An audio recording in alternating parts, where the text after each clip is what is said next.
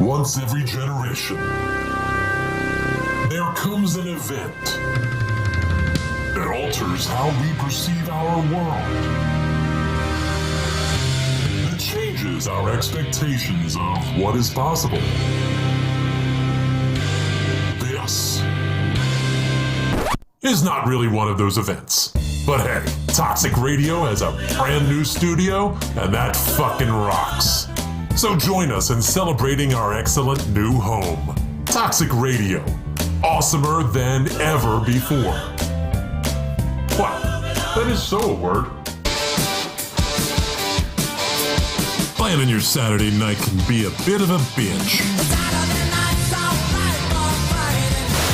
How about we make rock, not war?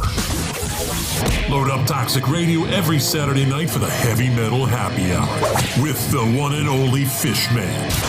I don't know how to put this, but I'm kind of a big deal. There will be interviews, ticket giveaways, a little bit of banter with Toxic Mike, and of course great metal from the 80s all the way through today. Starts at 7 p.m., runs until Fish says it's over. Get out. Catch it only on Toxic Radio.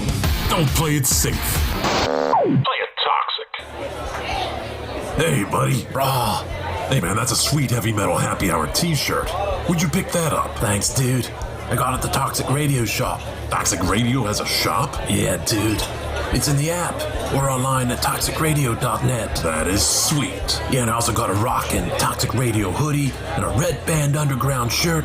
Dude, I'm gonna look so rockin' at the party tomorrow. Well, I think you look pretty now. Oh, wait, what? The Toxic Radio shop is a place to get all your Toxic Radio gear. Shirts, hoodies, stickers. Find it at toxicradio.net or on the app. Don't buy it safe. Buy it toxic. Hey, where you going, man?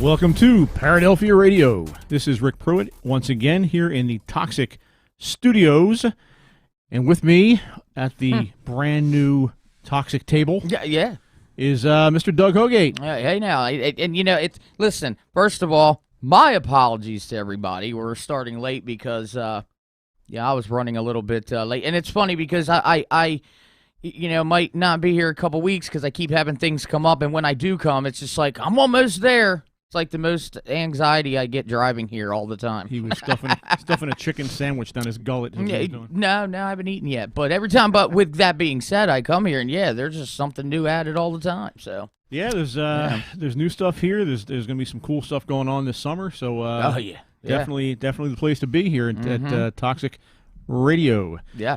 All right, so we are 3 weeks away from our big 300.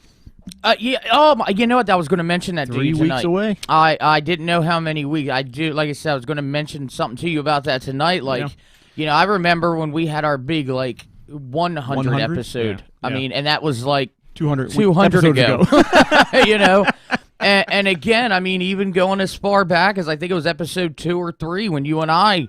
You know, our relationship began, you know? I mean, some marriages don't last that long, you know? And yeah, my first didn't. God knows. Yeah, but yeah, that was, again, I think it was 2 or 3 you interviewed me about jumps, because your first interview was Susan Beauvais. Yep. And then I can't even remember the number I came in as your co-host, but again, it's just amazing. 33 or something. Yeah, but it's just, amazing.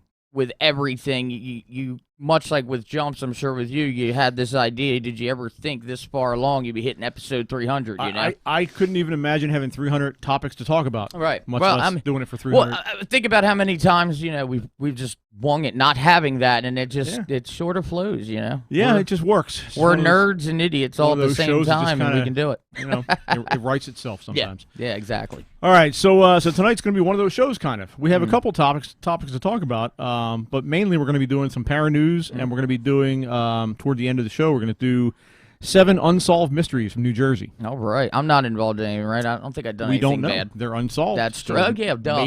Maybe you are. Yeah. Plus, with it's so funny too. Which I'll talk about this now before we get started. But like, now that COVID it's still there, but it's I don't even know how to on put the it. run? Whether it's I guess We got it on the run. Yeah. Which again, it's so weird now to see people in stores and public places without masks. Oh yeah. It was weird with them at first. Thing. Now you look at them like, shouldn't they be in prison? But anyway, and then the whole vaccine. But anyway, so with things calming down, I literally, in the matter of I think I'm gonna say 2-3 weeks, have gotten like 4 residential investigation requests. Like it's almost like people were, I guess, maybe the ghosts have been waiting for a year and a half. Right. Well, either that or I guess maybe people with holding back, having people into their home or whatnot. But I've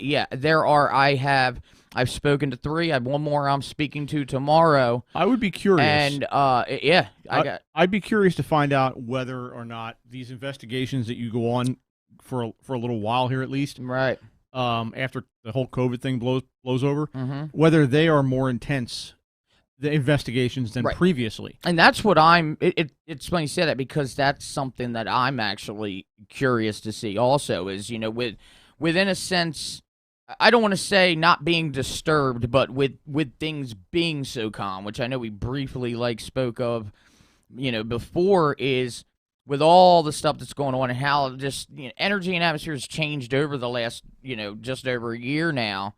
Yeah, what kind of effect now when you're actually using the tools, using the devices to see how they will react and what kind of readings and what kind of evidence will capture. I mean, depending on how strictly people adhered to the stay-at-home mandates, right? And I know some people really, really strictly. Some people are still they are still imprisoned. To me, I never locked myself in my house. I still had to go out and get food. I went out to places I had to go. I didn't do it as often. I think maybe the first week, when everything kind of shut down, you were not even and it wasn't even so much with being oh, we got to stay locked in. I think it was just more along the lines of there was nothing to do. Everything was closed in there. Yeah, but you hear people that talk even now, and they're like, oh, thank God, I can go outside again. Yeah, it's almost like can't open windows. You didn't go out, actually go outside for a year? Really? Right. Like it was a zombie apocalypse kind of deal, But but the reason I'm bringing that up is, you wonder if some of those people, if they were literally living in these houses that maybe they had infestations or whatever, given the fact they were living in this place and not going out, did that affect the haunting? Did it affect them personally, psychologically? And that's kind of with what you're saying. Yeah, that's kind of 2 theories I've written down so far with interviewing these people on the phone prior to getting this all lined up. Is that right? Like you had said, being stuck longer in a house, that energy of even the anxiety, depression, or whatever the case is, where you are trapped in there for that longer period of time, spiking. But in addition to that, another theory is where people do go out and have to live their lives, work, whatever the case may be. Maybe it's just that the activity has, in a sense, always been there, but because they're more present at home all the time, they're really seeing what it's like when was the ghost showing off. Out. Yeah. It's kind of they had a captive audience, right? It's kind of like a kid where they're used to maybe after school for 3 hours being on their own, but then all of a sudden their parents are now. It's kind of like, oh, I don't have that freedom, so to speak. So. Mom so and dad are home. there are quite a few different things that I know that I'm interested in seeing and I'm curious to see, but and of course, with that being said, we'll talk more because I know depending on you and how you're coming on the investigations as well. I mean, definitely some things that we'll look at and theorize in addition to helping the people as well. It's not all about us. But again, it's just interesting how it's just this big sudden blow up of I need an investigation. So. All right, so yeah, like I said, today we're going to talk a little bit about some mysteries that are still lingering here in the state of New Jersey. But before we get to that, I want to do a little bit of ParaNews. Yeah, I know. What do you think? You up for it? That's always my favorite. All right, let's roll with some ParaNews here. Four corners of planet Earth, from the far reaches of the known universe. You can run, but you cannot escape. Paradelphia News. All right. Has he been vaccinated? I don't want to be near that guy. I wouldn't want to be been near around, him, even if he was. He's been around longer than the show itself. Anyway. All right, so first one here, and these are all coming from, again, mysteriousuniverse.com. One of my favorites. They collate a lot of these stories and do little snippets on them. When I post the link, I just post their one link, but when you click on that link, you get their page, and they have links to individual stories if you wanted to dig in further. Right. It's like they summarized the bigger one. Yeah. So the first one says, and I haven't heard of this before, but hey, what do I know? The so-called, quote, blood snow, which shows up in the summer on mountain glaciers worldwide, is actually caused by green algae and is good for the environment. It causes the snow melt that feeds rivers.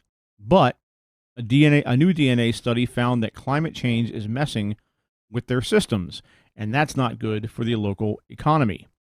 So blood snow, I assume what this is just by the description.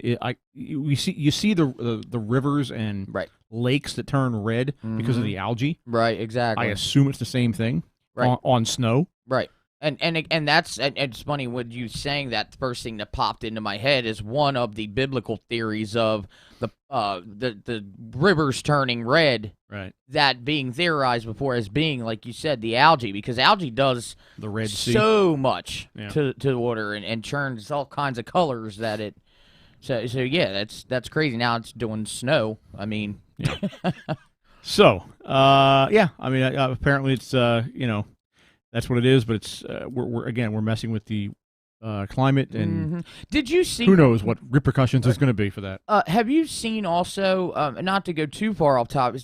There was I didn't look into it yet, but I had something pop up. I guess they've named a new ocean in this world. I saw. Here's the thing about that. Okay, I teach, right, and that's why. So I don't usually teach like social studies, but sometimes in my job I. Especially at the beginning of this year, I kind of was setting the groundwork for my lessons, and I did show the kids the continents and the oceans. Okay, yeah. When I was a kid, there was no such thing as something called the Southern Ocean. Yeah, okay, yeah. Now there is. Okay. Now there's something just north. It's like between the Antarctica and the bottom of South America. So that little, Africa, that kind of little point, those like a strip of ocean between where Antarctica is and the bottom of those two continents, is now called the Southern Ocean. Okay. Whereas when I was a kid, that was just the bottom portion of the Atlantic and Pacific Oceans. It's where they met, kind of. I would figure, And I looked at this. I'm like, what the hell is this? Right. When did this become a thing? Someone got bored and just started naming portions. Someone bought that portion of it. I don't know. Like I'm not sure what you're referring to, but that's what I'm. And that is because again, I saved the thing that popped up because it's National Geographic, and it says they've been making them since 1915. But it says that. But that's exactly what it is, the Southern Ocean, because it shows a picture of the glaciers and icebergs and everything in the Southern Ocean. And I didn't have a chance to fully read into it to know that that's what they were referring to, like where exactly it was. Yeah. So, but that's... Somewhere along the way. Again, it's almost like... Added an ocean. Yeah, it's almost like governments are selling portions. You can... Hey, act now. You can own a part of the ocean. The Amazon.com ocean. I'm going to buy an acre of ocean. Stick around. That's going to happen. You wait. I'm going to name it Doug's Piss. I give it 10 hole. Give it 10, 15 years. You're going to have the Amazon.com ocean. Previously known as the Atlantic. SpaceX. The SpaceX portion. Or I know. Wait. Yeah, you're right. Everything's for sale. Speaking of which, in a new tweet, Elon Musk discusses cold hard cash, disses cold hard cash, saying that, quote, goods and services are the real economy. Any form of money is simply the accounting thereof. Okay. So this nitwit thinks that the economy is based on the actual goods and services and not money. So then if I want to buy, let's say, this chair for Mike, I can say something like, hey, I'll give you 10 Pepsis for it, in a sense. I mean, is that kind of... That's kind of what it sounds like. Right, it's almost which like... completely undermines the entire, what do they call that, the gold standard? Yeah, or whatever. exactly. Yeah, try going into a store with, shoes and say, I have these laying around, so I mean, it's pay in bartering shoes. is what it is. Yeah, there you go, right. It's a bartering system. What's So- up, Mike? You guys, you got a comment on that? Maybe he really wants to sell me one of these chairs for, You just- You're just trying to show your face on screen. What do you what do you think? Are we getting to the point where we're going to start bartering? Shit? Maybe I just he's- wanted to give Doug the look, just the toxic Oh, Mike the look look. of What? disapproval.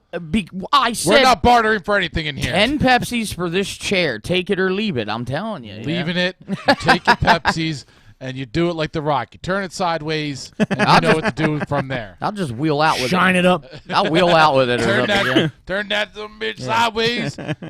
You know where the candy I'm goes. gonna buy the chair and then sell a portion of it to advertising Yeah, to Pepsi. So anyway, A new study of the U.S. adults found that only 33% would use a hypothetical life extension treatment that would allow them to live forever, hypothetical. even if because it doesn't exist. Okay, yeah. Even if it were available today, while 42% would refuse it and 25% say they were unsure. So, again, 33%, 1 out of every 3 people, Right. if there was a pill or a lotion or whatever, A vaccination. whatever, that would extend your life Okay, yeah. forever, 33%. 1 in 3 people would do it. 66% of the people either wouldn't do it or aren't sure. Right. To me, if that was, again, if it wasn't hypothetical, and let's say 10 years from now they came out with that being a thing. Again, my hypothetical scenario here. I think it would be just like anything else. Again, I don't mean to keep bringing up the vaccine, where you have that percentage saying how, the COVID vaccine, I'm not putting that in. You would have those people saying, You have it with everything. Yeah, Yeah. right, exactly. So, but then again, like what I guess the whole point of this is who really wants to live forever? I actually read years ago. I read a book. I forget the name of it right now. It was actually pretty good. It was a book that had that as a premise, where Okay. there was like this a shot or something that you could get, and and you would literally live forever. It wouldn't make you younger, but whatever age you were, It would stop. you would stop your aging. But see, then does it? Okay, it stops your aging, but like you could still get killed in Yeah, in you accidents. can still and have stuff. accidents and Okay, stuff.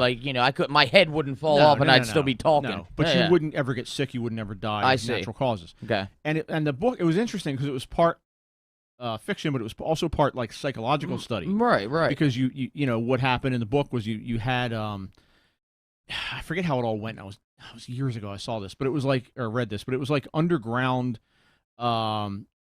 medication. Like they were selling this because when you got to a certain age, I think you couldn't use it. I think or something like that. Like the age of 25, you had to make a choice to use it.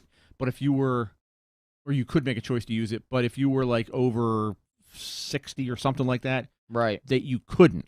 I got And you. the idea was that they still wanted people to die because they wanted to, because the resources wouldn't be there if everybody lived forever. Exactly. Yeah, I see. Right. So it was like this thing where like it was this whole drama that played out where people were trying to get the drug that were older, but the younger people were. You know, Right. it almost sounds like the bitching the millennials do Right, now. and not only that, with you saying, I actually just searched this real quick because it popped in my head. You do have, how many of that percentage would be people that have a fear of dying? And like right here, it says, according to 2017 survey of American fears, this was by Chapman University, 20.3% of Americans say they are afraid or very afraid of dying. So with, you said 20%. 20.3. Yeah, 20.3%. There's a lot of people lying in that. You in know, that survey. saying that they have this It's fear. a lot higher than 20%. I was going to say this fear of death. Well, see, I think it's how it's. I feel they need to characterize that a little bit more, because there's a difference. A fear of dying, like, oh my God, I got to watch where I step. I don't want to fall and possibly die. It's almost like you have that absolute fear of dying, like I can't let anything happen, or you have that thing where I don't want to die.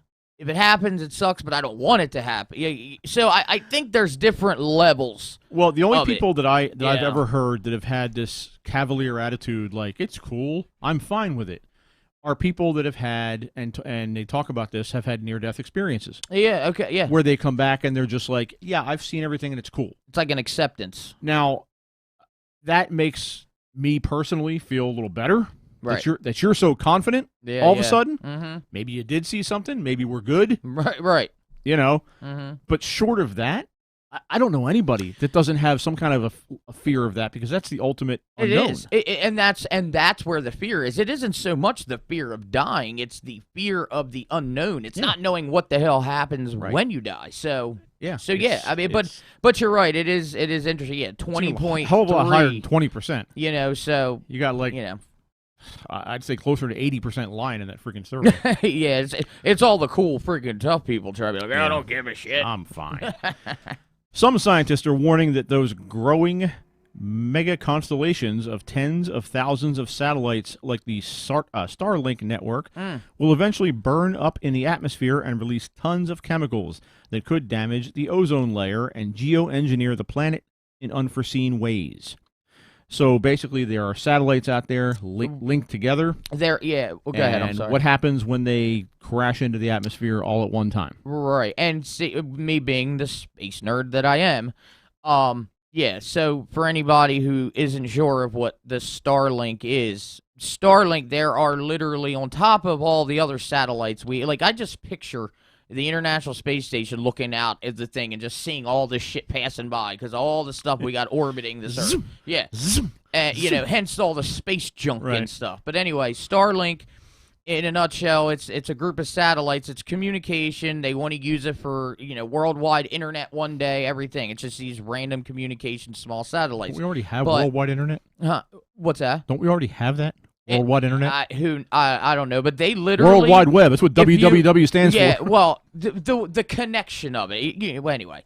So, but with the Starlink, I mean, they literally are, like, sending up freaking a new satellite connected to this, like, every week. But I get what you're saying. And they're, like, NASA and SpaceX, their whole explanation with fear of that is they all try to say, oh, well, everything that they're made of will burn up in the atmosphere because, again, when they're returning to space, it gets like 4,000 degrees as they return. But again, they can easily say that, but you get hit in the head with a bolt that survived that re-entry. Who knows? You know, so. All right, herpetologists in the northern Amazon region discovered 3 new species of fat, narrow-mouthed zombie frogs. Did you say herpetologists? Herpetologists. Herpetologists. Not herpes. Okay. Herpetologists, like I snakes get you. and frogs. It just, yeah. Zombie frogs, which get their name because the scientists have to dig the rare frogs out of the muddy ground during heavy rainfalls when the males croak their mating call. Yeah. It still doesn't explain why they call them zombie frogs. I don't know. I don't know. Might be shy frogs, maybe. Maybe I don't know. Maybe it's, you know how there's 50 million definitions in thing. Maybe there's more for the zombie. That's a weird story. The ghost of drug kingpin Pablo Escobar haunts Colombia via the 4 hippos he imported for his personal menagerie, which escaped and quickly grew to 100, and are threatening native wildlife with their prodigious poop, which pollutes waterways, fuels algae blooms, and deprives fish of their oxygen. Okay. This is an actual story. So let's back up here. Let's take this. There's a lot to unpack here. Because I literally, in that like 10 seconds, I just thought of all kinds of trigger Pablo items Escobar. if I was investigating. Pablo Escobar was a strong man Right. back in the early 90s, I believe it was, late 80s, something early 90s. like that, yeah. Who basically he was. I saw a really good 30 for 30 documentary on ESPN about him a few years back. He was kind of like the Robin Hood.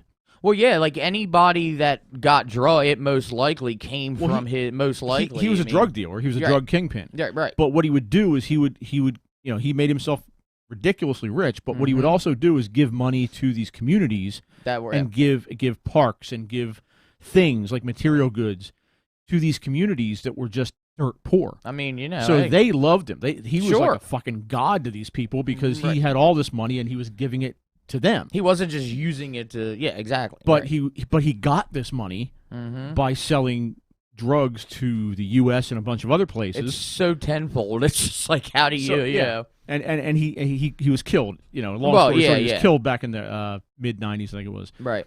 So Pablo Escobar apparently had a menagerie of animals, and part of that was 4 hippos that escaped and did what hippos do naturally and eventually grew to 100 hippos. I didn't know hippos were like rats. I mean, hippos are like bunnies, apparently. I mean, it's like he hungry hippos. He must have jumped in one. He's possessing Pablo Escobar's possessing a rhino or a hippo. Yeah, a hippo. But now there's 100 of them, and they poop all over the place, and it messes with the waterways and deprives fish of oxygen. And now, see, if he was still here, he would use that money to get rid of hippo poop in the water. That seems like a stretch. We have hippos that are crapping all over the place. Hang on, let's blame this on a guy that died 25 years ago. Again, it's just trying to put. That's what cracks me up. Is always trying to put the blame on something. So it's like take away from me. Like it's. An Arkansas angler fishing at Beaver Lake in the Ozark Highlands last week reeled in an extremely rare gold-colored largemouth bass. Largemouths are usually green and brown, but this once in a million gold one suffered from xanthrochronism, which is the absence of black and brown pigment. So a gold largemouth bass. I'll bet you he didn't catch and release that one. Oh, I'm sure not. That sucker's on his wall. Mm-hmm.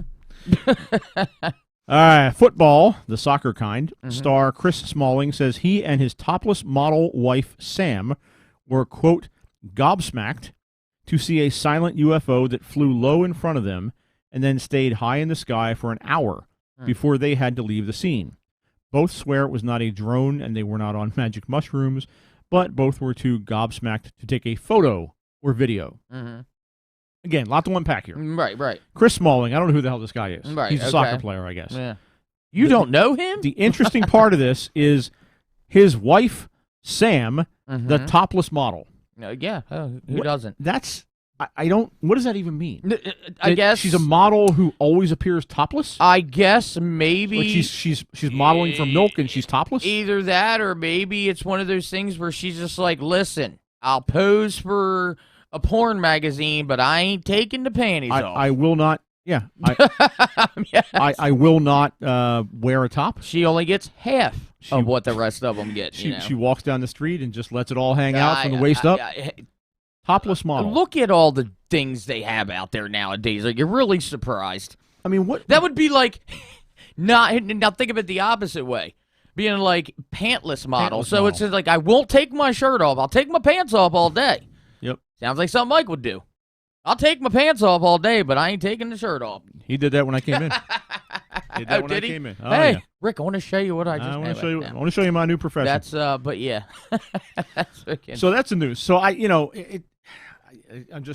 gobsmacked, frankly, by that. The topless model part was more interesting than the UFO. Right, and the fact too that you have this story and the way they throw in these little descriptive things, like you could have left out. You could have left hell, out. nobody even really knows who the hell the soccer player was. You didn't even give her last name, just Sam. Sam, the topless model. Sam, the topless model. All right. Now you're going to have them perverts listen and Googling her and stuff.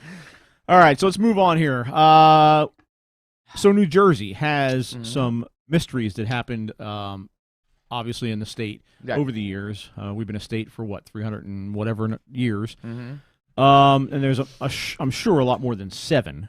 But these are the 7 that popped up here in this onlyinyourstate.com article.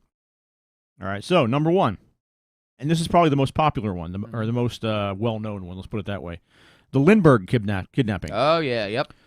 So probably one of the most famous unsolved mysteries in our state, the Charles Lindbergh kidnapping. His son, Charles Jr., was abducted from the family's East Amwell home on the evening of March 1st, 1932. His body was found 2 months later near the Lindbergh home. Ransom had been demanded and paid, though the child was not returned. The bills were traced throughout the country, but many led back to one man, Bruno Hauptmann.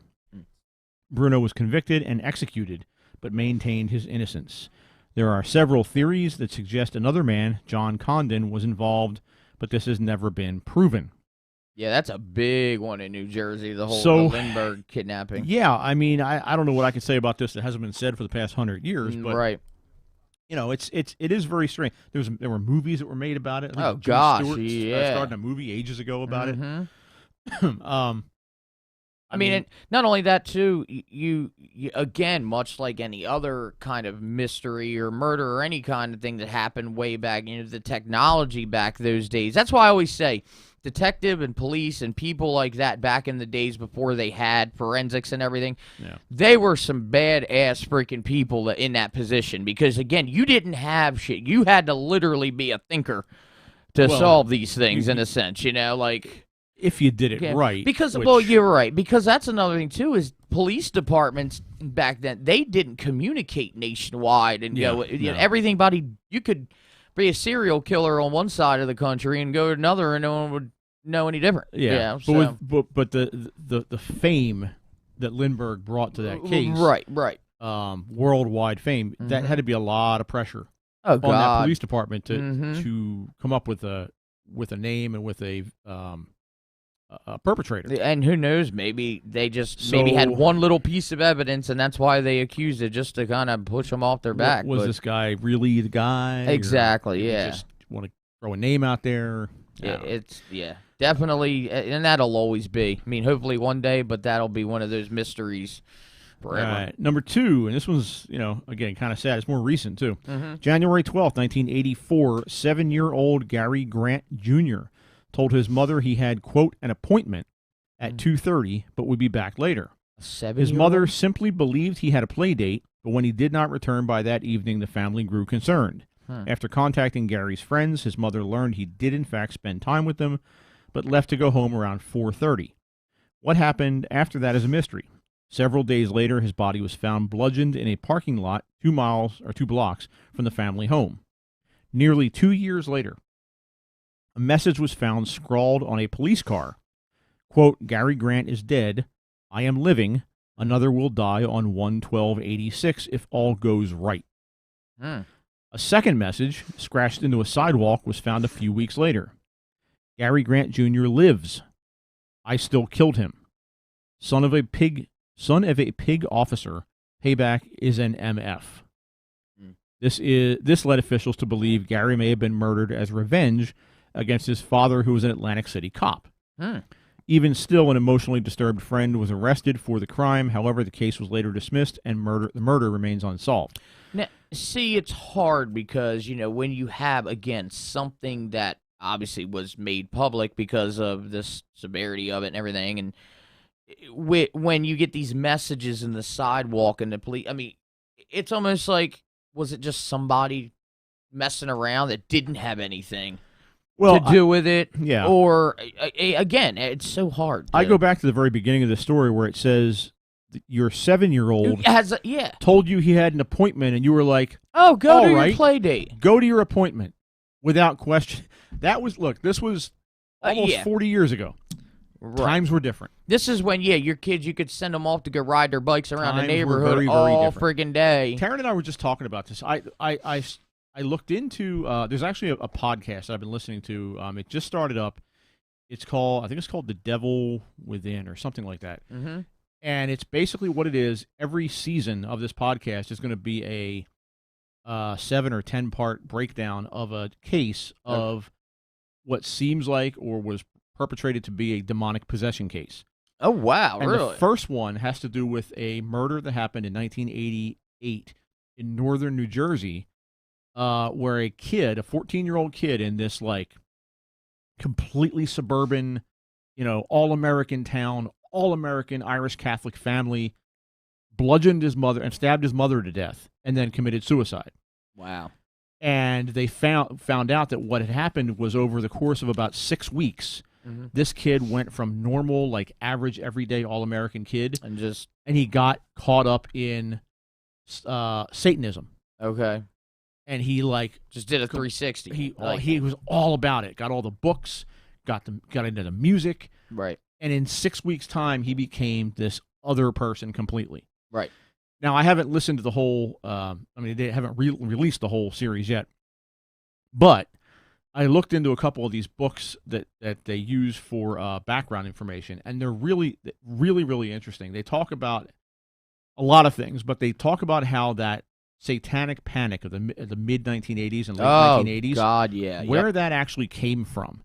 And I'm not going to get into it. We don't have time to get into it right now, but I may actually do a show on this because it's just so damn interesting. Right. It literally started back in like the 1800s, and you can see how the progression went from there all the way up through the 20th century, right, with the attitudes that people took towards child abuse and how they turned their heads to things like that because the nuclear family in America was so sacred that nobody would suggest or think that a parent would harm their child. Right. It was literally unthinkable. Exactly. If you did. And even if you thought it, most people were like, yeah, but that's their business.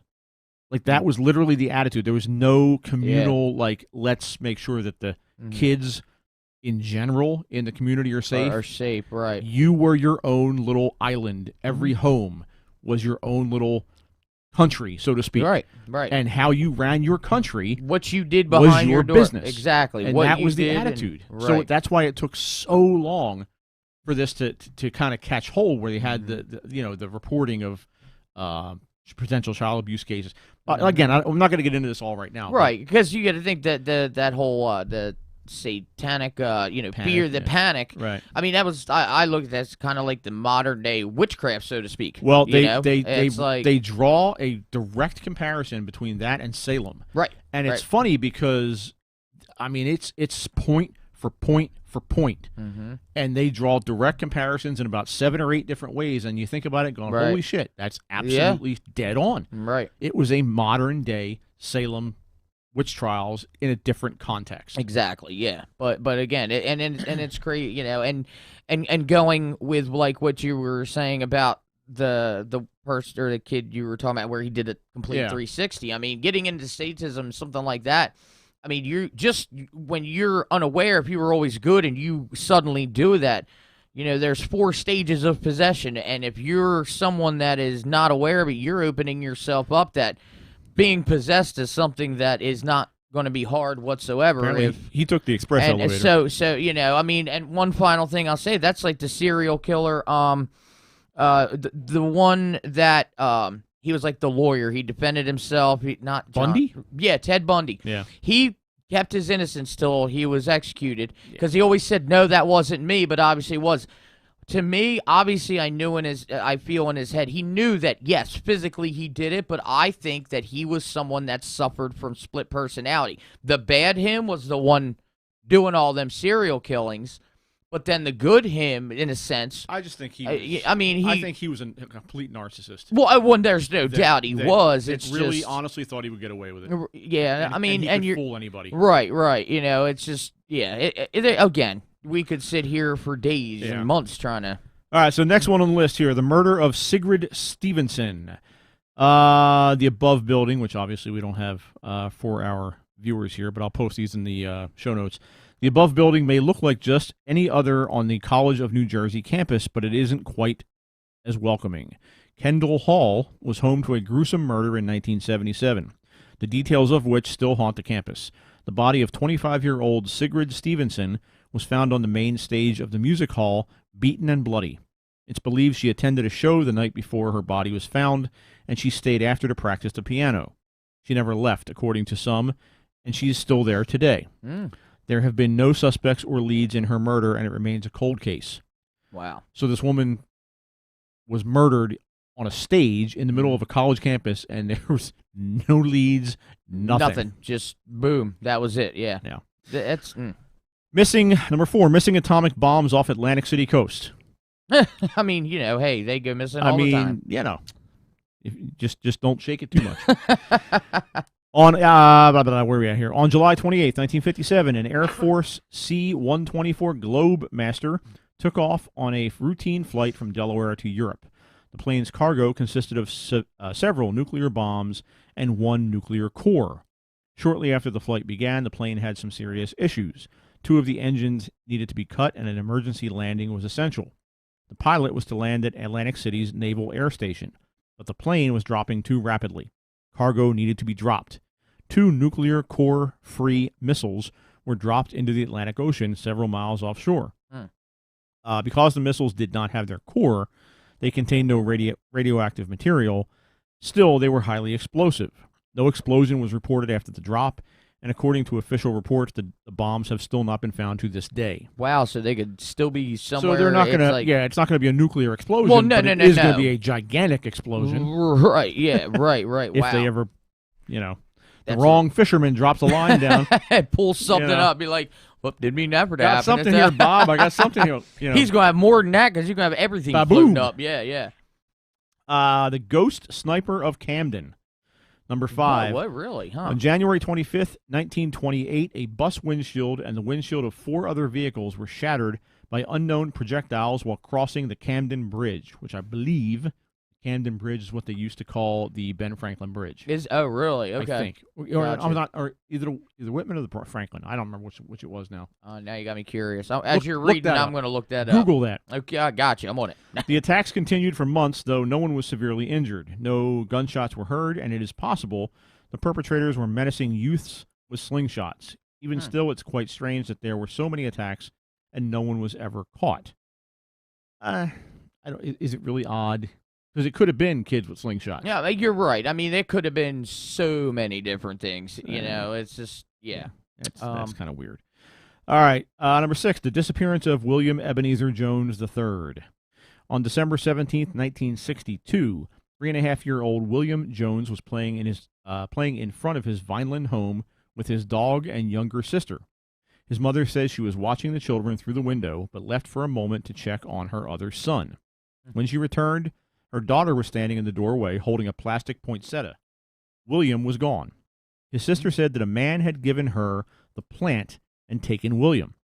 The family searched the neighborhood and the police were called, but no trace of William could be found. It is believed he may have been taken by either a sex offender or a family wanting to raise a child. William's case is the oldest unsolved disappearance of a child under 5 in the state of New Jersey, and he may still be out there today, alive and unaware. Oh, wow, yeah. So this guy would be about 64, 65 years old. And I've, sometimes I have no idea. I've wondered, looking at, watching documentaries or seeing things about these kids who years and decades ago, or babies who just disappeared, been kidnapped, or whatever the case is, how many of them, again, are just living a regular life because they were kidnapped by somebody that they have no idea. Yeah. It's just. I mean, obviously, the person who did it probably tell them. No, they probably gave something like, "Oh, you were adopted. We adopted you," and it, But you got to think how many people out there are like that. It's every 65-year-old male in the entire country, entire world, really, is potentially this kid. Right? Exactly. I'm still having a hard time trying to. It looks like it was the Ben Franklin Bridge. I just wanted to make sure I had that right. But yes, and we're going to finish up with a gruesome one here. Oh yeah, the missing hide of the Morristown murderer. Missing hide of a wealthy immigrant from France, Antoine LeBlanc, got his start in America by working for a moneyed Morristown family. He didn't like his new life as a peasant and developed a plan to rob and kill his employers. He succeeded, but was later convicted. On September 6, 1833, Antoine was hung for the murder of the Sayre family. It was after his death when things got truly strange. The town reveled in his hanging.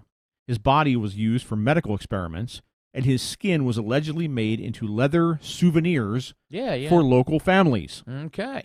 This was only a legend until 1995, when his death mask and coin purses made of a strange flesh were found in an old shed.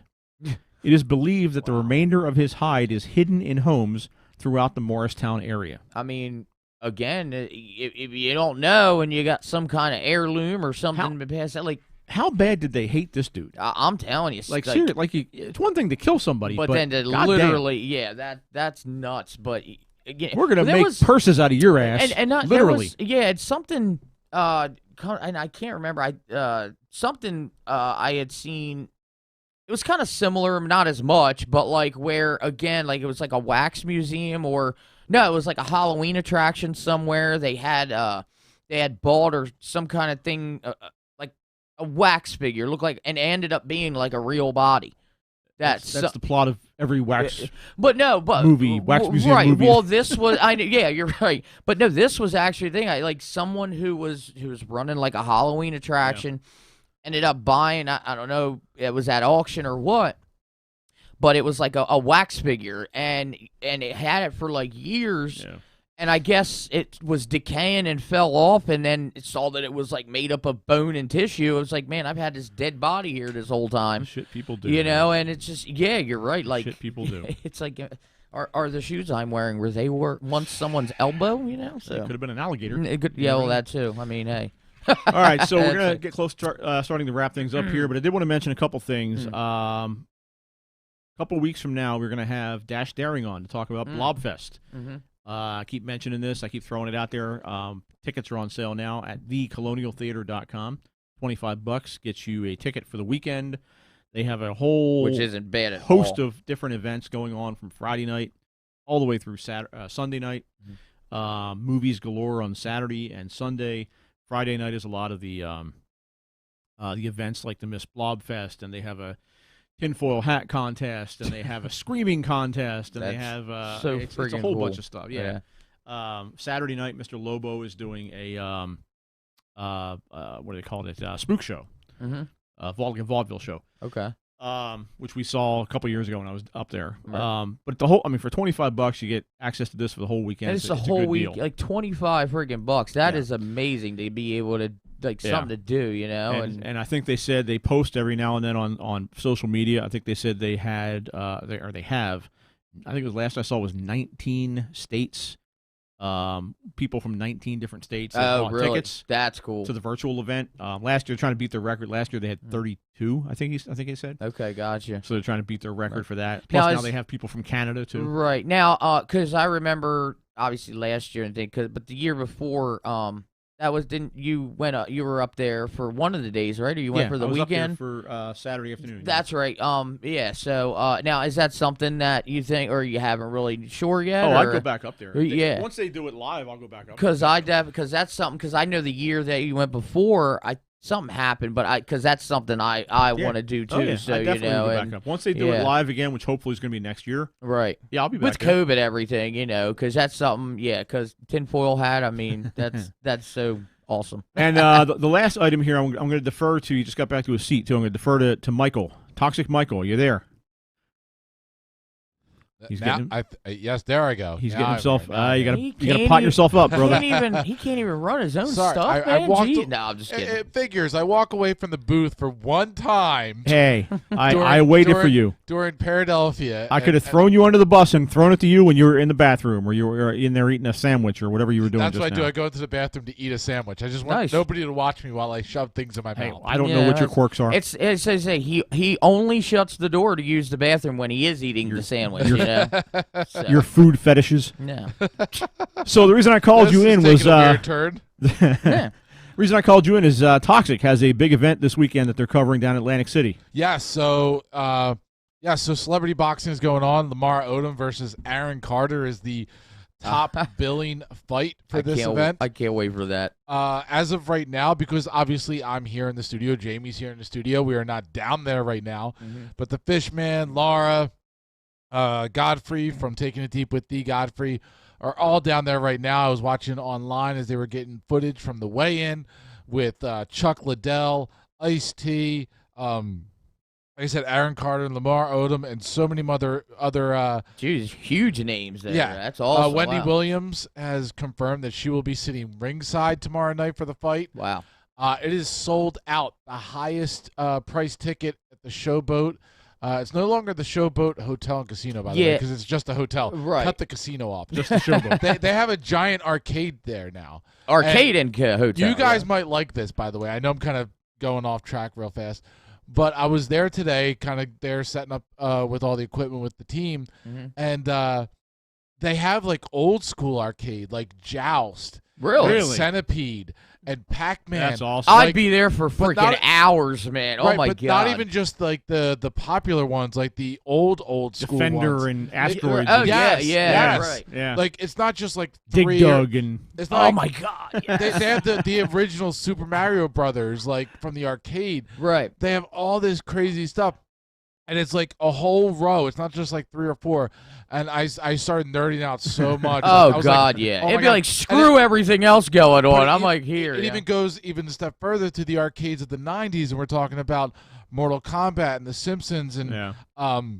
like Zelda, like or What was that not driving Zelda. game? Yeah. Grand Prix Auto or whatever it's they, called. they have all that stuff. It's Yeah. crazy, but then they have the updated stuff like a VR. It is. That's cool. It like a- literally is Dave and Buster's Wow. times 10. It's Yeah. like separated by decades and generations of games and stuff. Doug is 100% correct. It really is like separated by decades, and you walk by, and the bartender there was telling me that they get all these bad reviews because they've got old arcades, and I'm sitting there going, bad What? reviews. Yeah. Who's not? I mean- obviously it's kids who don't know Yeah. what They don't know this- what they're doing. They're used Exactly. to the Oculus and everything. To sit there and use a joystick to Well, go it is- around. Like, it is you know, Back to it's the just like- Future. Right, Like that yeah, scene in Back to the exactly, Future. You got to right. use your hands. It's Right. a baby's toy. you got to use your skills, brother. Yeah, exactly. Yeah, These like kids have no that's- skills. You know, But and it- plus, if you see people there, you got older people in one section, middle-aged in another section, and but Yeah. that's so freaking awesome. Wow. But it's really cool, and I mean, I know I kind of nerded out more about that than the No, yeah. fight that's going on. I'll be But here. no, so Celebrity Boxing, Damon Feldman, the CEO, he actually did a podcast on Toxic Radio called Celebrity Boxing's Redemption with Damon Feldman. You can actually still get it. We still do host that podcast. You can go check it out. But also, the fight will be tomorrow night exclusively on Fight TV. I think it's Fight TV, FITE, fighttv.com. But also, you can get it on any local cable company that you got or through the internet. It's going to be a hell of a fight. We're going to be there covering it. Me, Fishman, Godfrey, Laura. We're going to get all the exclusives, so it's Now, going to be a lot of fun. I do have to ask you one question with it. So, are you going to do like a toxic ringside announcing for the fight, like We, or anything, have or can not you been- not? Or We have not been permitted to do that. okay, I was But curious. when Godfrey was leaving the studio, I did have him take with him Mm-hmm. the Toxic Radio Championship belt. Hey, okay. So, I mean, we weren't invited, but the NWO wasn't invited to WCW. Yeah, I mean that's true. I mean, Scott Hall took and over. Kevin Nash and all them, they just Just kind of come went. walking took down. over, so Right. I'm not saying we'll be in the ring. Yeah, you just hop in after whoever wanted to But- say you're the new toxic champion. You I know, mean, it's just we like have whatever. a belt, Look, and we have the means. Someone will bail you out eventually. like I whoever always does say, it, you, so, you, yeah. don't, you don't ask permission, you ask for forgiveness. How many of those people actually have Absolutely. permission anyway? So. Absolutely. But So, no, but that's cool as it's hell. gonna be a you fun know. time. And not only that, the exposure toxics get. But I mean, that's big, man. I'll tell you. All right. Yeah, definitely awesome stuff. So that's going to be a fun weekend. Mhm. And again, we have a lot of stuff cooking this summer. I know I've been talking to Mike about some of the stuff. I'm not going to talk about it right now, but there Right. is some stuff on the back burner, or the front burner, I guess you'd say. And even though we do have a whole summer to get through, I'm really with talking to you more and Mike more. I would love for us in October to maybe possibly at least get maybe to one on location or something. You Oh, know. yeah. We'll figure You that know, out. Yeah. again, we have time, but just Yeah, we'll figure but all again, that we'll out. see. But it would be great to get back all into that stuff. So Yeah. So it's gonna be cool. So next week we're gonna have Jim Matlock back on. Jim was on back in April talking about reincarnation, and he's written a couple of books on the subject. And he wrote a book specifically about children and reincarnation, and that's gonna be the topic next week. awesome. Yep. Week after that, again, we're gonna have Dash Daring on talking a little bit about Blobfest, and I'm not sure what the larger topic's gonna be that week, but we're gonna have Dash on, and he'll take up some of our time there talking about Blobfest and giving you guys the lowdown on that whole event. Mm-hmm. And then the following week, if the schedule doesn't change, 7/1, July 1st, is going to be our 300th. Wow.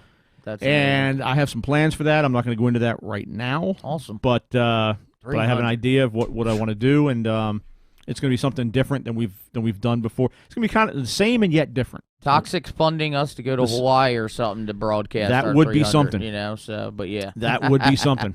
But yeah, that's awesome. But yeah, So- we got that coming up in about 3 weeks. And I do have one more thing very quick because I know we have to go. Just anybody listening who already, if not, follows the Jumps team on Facebook. I have been, keep your eye out on the Facebook page because I've been doing a lot of stuff with an updated website for us. It's kind of been outdated with everything. Keep your eye out because there's a lot of big stuff coming up with Jumps I've been in the works of. And, just keep an eye, much like everything else, with Paradelphia, obviously, page 2. Mhm. But, big things coming up, and plus those investigations. So All right. it's almost like we were quarantined, and now, holy hell, can't keep up. Not no more. Not no more, COVID. Rock on. Not today, COVID. It's going to be my new middle name. Call All me right. So, COVID. again, as far as social media, we are at Paradelphia on Twitter. You can search Paradelphia on Facebook, and you will find us there. Toxic Radio, again, at Toxic Radio Live on Twitter. And, again, they are on Facebook. They are on Instagram. They are on YouTube. All kinds of stuff. All kinds of Hey, places. all you young kids, whatever app you have on your phone, I'm sure you'll find There's Toxic something new. Radio somewhere. Toxic on Tinder. Swipe right. Wow. A Toxic Tinder. Can I date Toxic? You can. Just, you too. Just the name. You know too what I can mean? date Toxic. All right, so we are going to wrap things up here. So for Doug, I don't. for Mike, for Jamie in studio, I am Rick. We are Paradelphia, and we Good. are out of here. Good night, everybody.